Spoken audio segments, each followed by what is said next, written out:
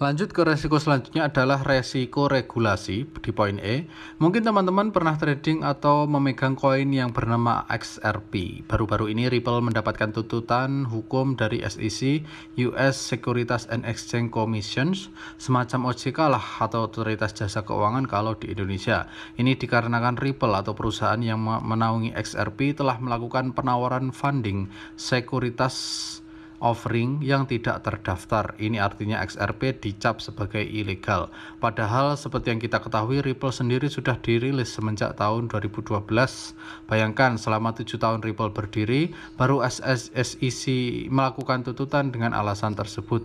Ini membuat para XRP holders yang percaya dengan potensi yang diiklankan oleh perusahaan Ripple seperti transaksi cepat telah digunakan oleh perusahaan-perusahaan besar dan akan menjadi standar cryptocurrency, malah tertimpa musibah dengan penurunan harga XRP yang cukup signifikan, bahkan sempat menyentuh minus 50% dalam sehari pada saat berita itu dirilis.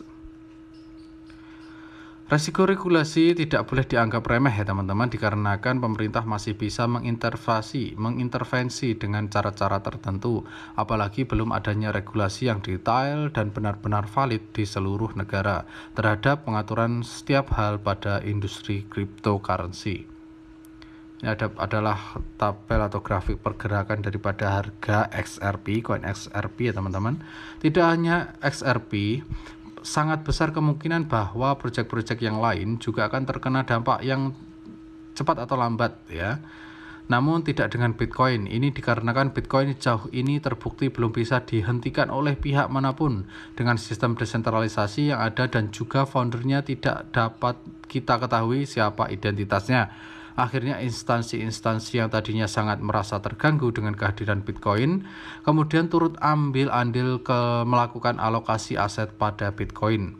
Namun tetap saja bukan berarti di masa depan tidak menghilangkan resiko adanya regulasi-regulasi yang bisa saja membuat lo, Mimin, dan kita semua bisa dirugikan. So, keep that in mind. Jadi tetap harus berhati-hati. Resiko selanjutnya, hilang tanpa ada jaminan pihak manapun. Ada istilah di industri kripto yang harus kita semua pegang erat, not your keys, not your coins. Kenapa ini sangat amat penting? Pada dasarnya setiap aset digital yang kita miliki itu terdiri dari dua address, public key dan private key. Public key fungsinya sama seperti rekening yang bisa tertera secara publik ya untuk menerima transferan, sedangkan private key itu mirip seperti nomor PIN. Bahan perbedaannya, public key nomor rekening, private key nomor PIN. Public key untuk menerima dana, sedangkan private key untuk mengakses dana tersebut. Ketika kita meletakkan aset kita atau token atau koin pada suatu exchange, pada dasarnya kita tidak memiliki kontrol penuh atas aset kita. Ini dikarenakan kita sebenarnya menitipkan harta kita di rumah orang lain. Nah, secara tidak langsung kita juga sebenarnya sudah memberi kontrol dan kepercayaan dana kita terhadap exchange, termasuk nomor PIN tadi. Ini menyebabkan ketika exchange memberlakukan pembatasan withdraw, mengenakan fee yang cukup besar atau menambahkan atau membekukan deposit dan withdraw, itu semua di luar kontrol kita. Meskipun dana yang kita miliki adalah dana kita, bahkan hingga saat ini pun peretasan sering terjadi terhadap exchange tempat kita melakukan jual beli aset digital.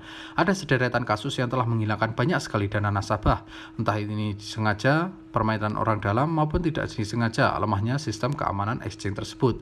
Untuk kasus selengkapnya bisa lo pelajari di bit.ly/peretasan kripto.